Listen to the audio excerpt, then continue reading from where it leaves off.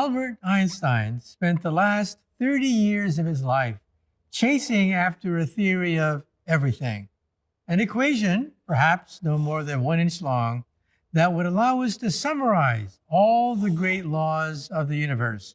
In other words, to quote, read the mind of God. And he failed. He failed because, well, the universe is much more complex than Einstein thought. We have all these subatomic particles now.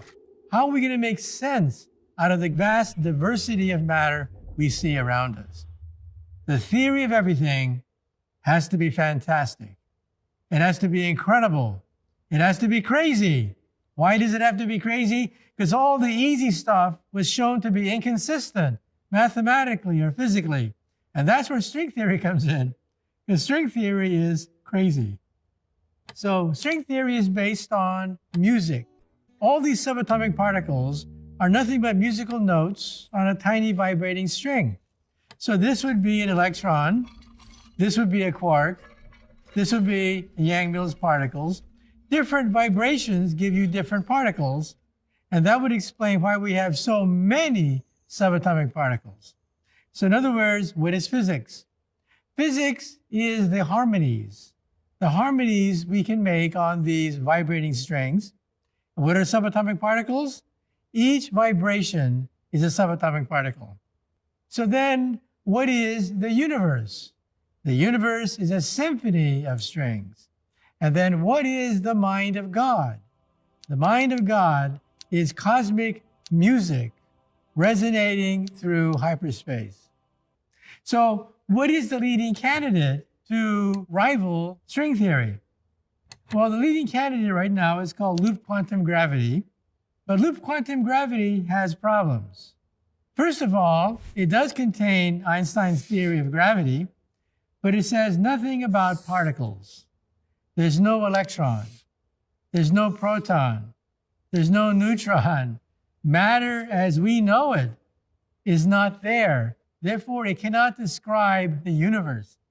String theory is the only theory that combines Einstein's theory of gravity with a theory of particles.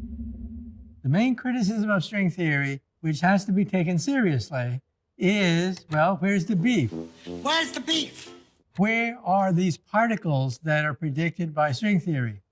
String theory predicts the electron, it predicts the proton, it predicts the world that we see around us.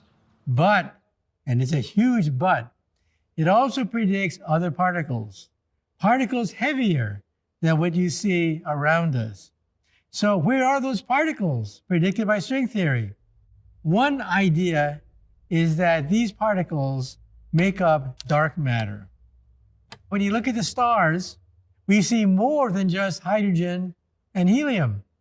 We see a new form of matter called dark matter, which is invisible, but there it is in outer space. We think that the next octave of the string is dark matter. We can't prove it yet, but one day we'll have dark matter in a bottle created by our particle accelerators, and then we'll test it to see whether or not dark matter is the same thing as was predicted by string theory.